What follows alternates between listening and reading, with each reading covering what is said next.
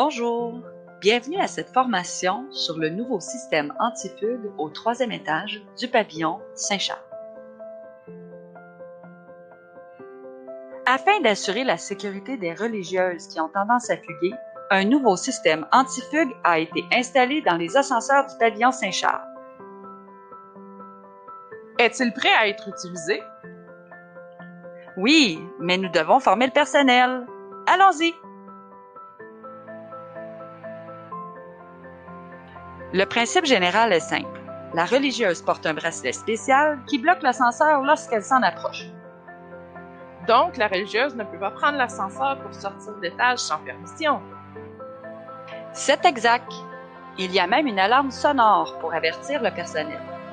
Pour l'instant, le système ne peut être utilisé que pour les religieuses vivant au 3e étage, car il n'y a que sur cet étage que les portes de sortie sont sécurisées par des codes.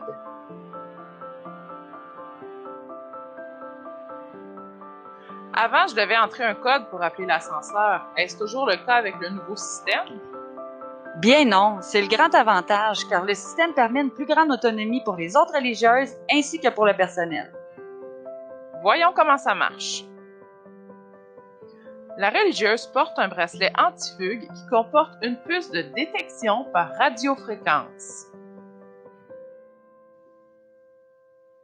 Des capteurs ont été installés dans les ascenseurs du pavillon Saint-Charles.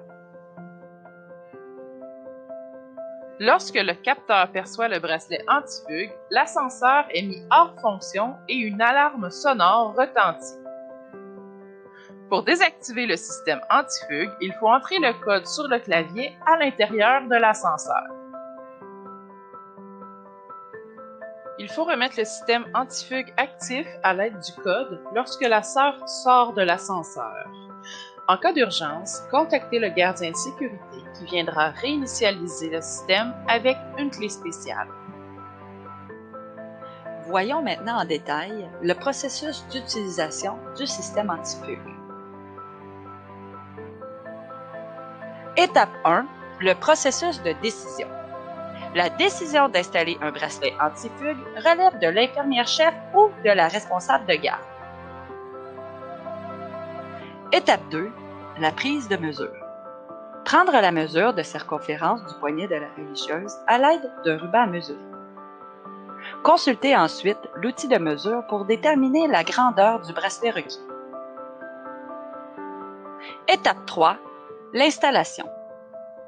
Pour l'installation du bracelet, suivre les instructions qui vous seront fournies avec le bracelet. Il est important de bien suivre les instructions, car une fois le bracelet installé, il ne peut plus être retiré à moins d'être coupé. D'après vous, combien coûte un bracelet anti-fugue? Un bracelet anti-fugue coûte 209 $, soit 36 $ pour la bande et 173 $ pour la puce de détection par radiofréquence. Étape 4. Le retrait. Une fois le bracelet installé, il ne doit pas être retiré sauf pour bracelet devenu trop serré, défectuosité, urgence médicale ou retrait permanent. L'infirmière-chef ou la responsable de garde doit être avisée immédiatement du retrait du bracelet, peu importe la raison, afin d'assurer la sécurité de la religieuse. Voilà! Vous connaissez maintenant le système anti-fugue. Si vous avez des questions, contactez Marie-Ève au poste 336. Merci d'assurer la sécurité de nos religieuses.